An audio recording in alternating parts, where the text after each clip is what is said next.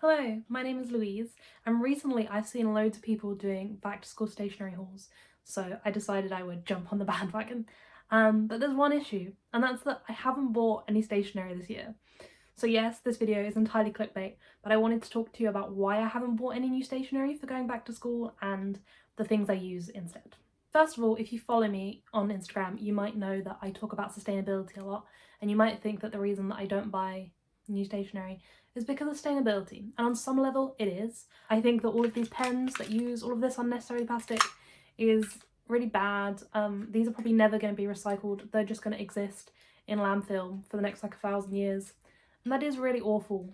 But the thing to remember, and you might be surprised to hear me say this, is that the reason the planet is in trouble is because of exploitative oil companies and our deforestation and the meat industry. The world is not in the dire situation it's in because of some plastic pens, you know? So I don't condemn people for buying plastic pens because the world has bigger problems than plastic pens, even though these aren't going to get recycled and they are just going to sit around for thousands of years. So, if that's the case, why don't I buy new stationery? Well, the main reason is minimalism. If you follow me, you'll know I love talking about minimalism and it really, really is important to me. Firstly, I think as a university student, I really like that I can just pick up my life and move around. And I feel like while I'm young and while I don't know what I'm doing with my life, I want to be able to just pick everything up and move. I don't want to have loads of stuff weighing me down. And so the less stuff I have, the more free I feel. That's definitely one thing. Secondly, I just find clutter and stuff really stressful. I feel so much calmer when I'm in a nice, clean environment without too much stuff. I just feel much better. And thirdly, money. I have been watching this channel called The Personal Philosophy Project, and Chinzia, the woman who runs that channel, is doing a no-buy challenge where she just doesn't buy things. And one of the main things that she talks about is money, you know, and we spend so much money on stuff that we just don't need. So while I'm not quite at the stage of not buying anything at all, I do really question every single purchase I make these days. Before I buy something, I ask myself if I truly need it, and if I don't need it, then I don't buy it. So yeah, as great as not buying stationery is from a sustainability point of view, the main reason why I don't buy it is because of minimalism. And so this video is for you if you feel the same way and you want to buy less stationery. You know, you might be asking like, how can you not go out and buy new stationery? What are you going to write on this year? So here's my answers to those.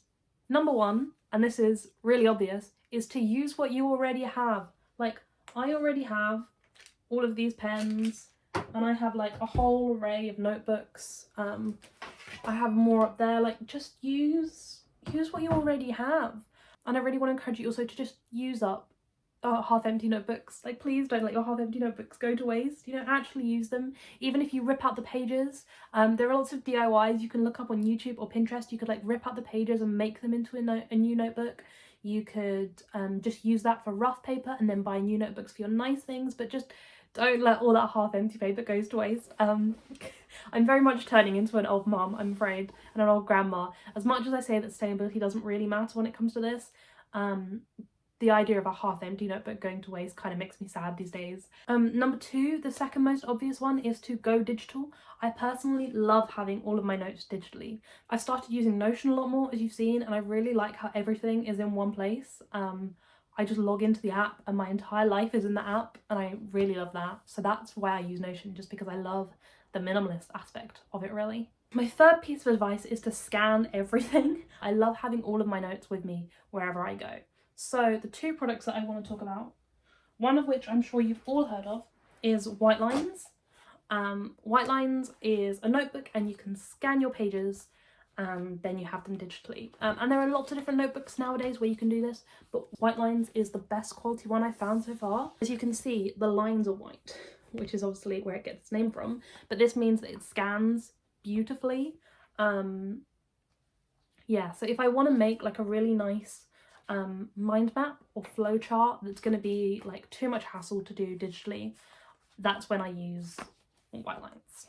And there's one other time where I don't like doing things digitally, And that is when I'm doing problem sheets. I have found if I'm just writing for days, like when it comes up to exam season and I'm revising for exams and I'm just doing problem sheet after problem sheet, then working digitally is slow, I think, is one of the points that a lot of people have noticed, that when you take notes digitally, you often write slower with the Apple Pencil on the screen than you do on paper. So the solution I found is this book, which is called A Rocket Book, and then I have covered it in lots of stickers from Redbubble just to spice it up. And what Rocket Book is it's got shiny pages. It's like magazine paper. They're glossy pages, and mine has dots on it, but you can get ones with lines and grids and things. And what you do is you write on it in Frixion Pen. So I have 3, so I can do some colour coding. And then you can scan it. And then when you've finished, you can rub it all out and you can use these pages over and over again. So this notebook only has 32 pages, but you just use up the 32 pages and then you rub it out, or you scan it and then you rub it out and then you go all over again. And personally for me, this is perfect for doing problem sheets, because I like to have them. I don't want all this loose paper. If I did them on paper, I would have this big stack of paper. I look at my friends and they have like a folder per module of all of these, like them working through problem sheets. And I'm like, but you never have that folder with you, whereas all of mine, this is not me showing off, it's just what I really like personally, all of mine are like stored on my computer, so I can just go onto my computer and click on the relevant folder and really easily pull up the scan of the problem sheet. So I have them with me wherever I go and I don't have those giant folders sticking around. So I love that. And people always ask, do you have to rub it out with a little rubber? Like, doesn't it take ages to rub it out with this thing? And no, you don't have to do that. They give you this cloth, which is basically just a microfiber cloth, but it's got a really nice embroidered logo on it. But I think it is just a microfiber cloth. And you get it wet, and then wipe it off, and it comes off really easily. So yeah, I've convinced my boyfriend to buy one of these, because it is just incredible. And the fountain pens are also a bit more sustainable because you have these, but then when you want to refill them, you buy these. You can buy these little packs of free refills. I got these from cotpens.com, and so it's a lot more sustainable because like one of these is, you know, the equivalent of 3 more pens. Yeah. Tip number 4 is to buy a refillable fountain pen. I started using fountain pens because I really love my handwriting in a fountain pen. I don't know about you, but I find my handwriting is very different depending on what pen I use, and I really like the way it looks in a fountain pen. So I started using fountain pens I've used them throughout my whole like academic life, like since I was like 10. I've used them on and off, but I really have come to love them. Like, this is my favourite pen at the end of the day. It beats most other like biros and ink pens in terms of how my handwriting looks. I really like it. And then what you can do is, normally you put these little boys inside of them, these little ink cartridges. This is one I had that came on my pen. But you can buy these, which are the similar thing, and then they've got like a syringe thing, and what you do is you get a pot of ink and you basically use it like a syringe and pull out some ink, and then this fills up with ink, and then you put it inside of your pen. And that means that instead of having all of these little tiny plastic boys, which is a bit bad for the environment, you can have instead a glass pot of ink, and it's just very bougie. I really like, it just makes me feel, you know, very hugger and very sophisticated to fill up my pens from a pot of ink. So I would highly recommend that. I bought this Helix Oxford one because it came in some cardboard packaging. It was in plastic free packaging, and I've stood in the shop trying to work out which one to buy. Because I'm left-handed, I find I get through them quite quickly. I break them a lot, but I think that's because I'm left-handed. Although saying that, this one is lasting me insanely well. I normally buy the Stabilo ones, but those quite often break on me. But this Helix Oxford one is lasting incredibly, and it's rose gold, and it came in plastic free packaging. So, and it was less than £10. So if you're in the market for a fountain pen, I would recommend this one. But I do have 2. I was just going to say, I would highly recommend having 2 if you're going to use a pot of ink, because that way you've always got at least one backup one that is entirely full. And the idea is, if you get home, especially if you're at school, and so you're at school for the whole day, I would recommend, you know, having 2, and at the end of the day, if one of them is empty, filling up, and that way you've always got like 1.5 pens worth. Does that make sense? Because if you've got like a half empty pen, it's kind of a faff to refill a half empty pen sometimes, or you can't, you know, you just can't be bothered. And then if it runs out during school, you've got no pens. If you have 2 and you make sure you always refill them when it's empty, you'll always have a backup pen. So I would recommend doing that if you plan on switching to those bad boys. This list is just getting very miscellaneous. I hope you don't mind. I just wanted to talk to you about all of these various little things that I do in case you're curious. So the next thing is that recently, like I said, that fountain pen came in plastic-free packaging, and recently a lot more brands have started doing that, specifically Uniball. These were gifted to me, and I'm doing some sponsored content on Instagram, but this video isn't sponsored, but they sent these to me, and the packaging is now entirely plastic-free. They're just in these cardboard boxes. They're like in the, I don't know if you can see, they're in the back there, and you open it up here, and then you get your pens entirely plastic-free, which I think is awesome. Yes, the pens themselves are still made from plastic, but one of the reasons that plastic packaging upsets me so much is just because it's so sad that when you get something that comes in like a blister pack, you throw that away immediately. Like these normally come in like, you know, where they've like shrunk the plastic around it. And you throw that in the bin immediately, and that's just going to sit in the ground for thousands of years.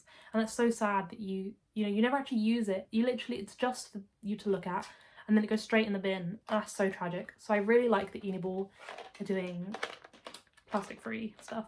And this one here comes with some refills. So you actually get like 4 pens worth with some little refill boys. So yeah, I was gifted these, and I am doing some sponsored content with them, but I would genuinely recommend, if you are buying new pens, buy these. They're not crazy prices, and they are really good. These are the pens that Ali Abdaal was talking about, and I can confirm that they are amazing. They're kind of slightly thick. They're 0.7mm, but they feel like nice and thick, and your handwriting just glides. It's like off you go. And these gel pens are really nice, very inky gel pens, but dry reasonably quickly. Would recommend both of those. And then the last thing I quickly wanted to mention is me sounding like an old grandma again, but I keep all of my scrap paper. So I don't keep everything. If I'm doing a huge clear out, then I'll get rid of it, but I always make sure that I have a stack of scrap paper, and then whenever I need to just scribble something down, I can do it, and I don't have to use nice notebook paper. And this is why I hardly ever buy notebooks, because most of my nice things I do digitally. And so I have 1 or 2 nice notebooks. Like I have my Moleskines for journaling, and I have that Whitelines notebook. And then I have some like refill pads of plain paper. Back in my school days, I used to get through loads of these, but now I hardly buy these anymore. I think this is the same one I've had for like 3 or 4 years now, like the plain paper one. So I hardly ever use these anymore, because I only use these if I'm like writing a letter, or like writing out some stuff that's going to be collected in by the teacher. Like I hardly ever use those. Ooh, there's one last thing I want to talk about, and that is buying stationery secondhand. I think we should encourage that more, especially if you go on like eBay or Depop, or there's an app called Olio where you can get stuff for free from your neighbours. And people are often giving away stationery. Like I was looking for Olio the other day, and someone was giving away a couple of refill pads for free. Like just go buy. I don't think there's anything wrong with buying secondhand stationery. So if you need some new ring binders, like take a second to think about how many ring binders already exist in the world. Crazy numbers. Like, and half of those will be sitting on people's shelves unused. So the next time you need a new ring binder, have a look on Depop, because you can probably get them much cheaper than they would be if you bought them brand new. So I'd recommend doing that. Yeah, okay, I think that's everything I wanted to say. I know it was a bit random and all over the place, but I just wanted to show you all of the various things I have that really help me to like streamline my stationery for my university stuff. Okay, thank you for watching. My name is Louise, and you can find me on Instagram and YouTube at Louise Does Life.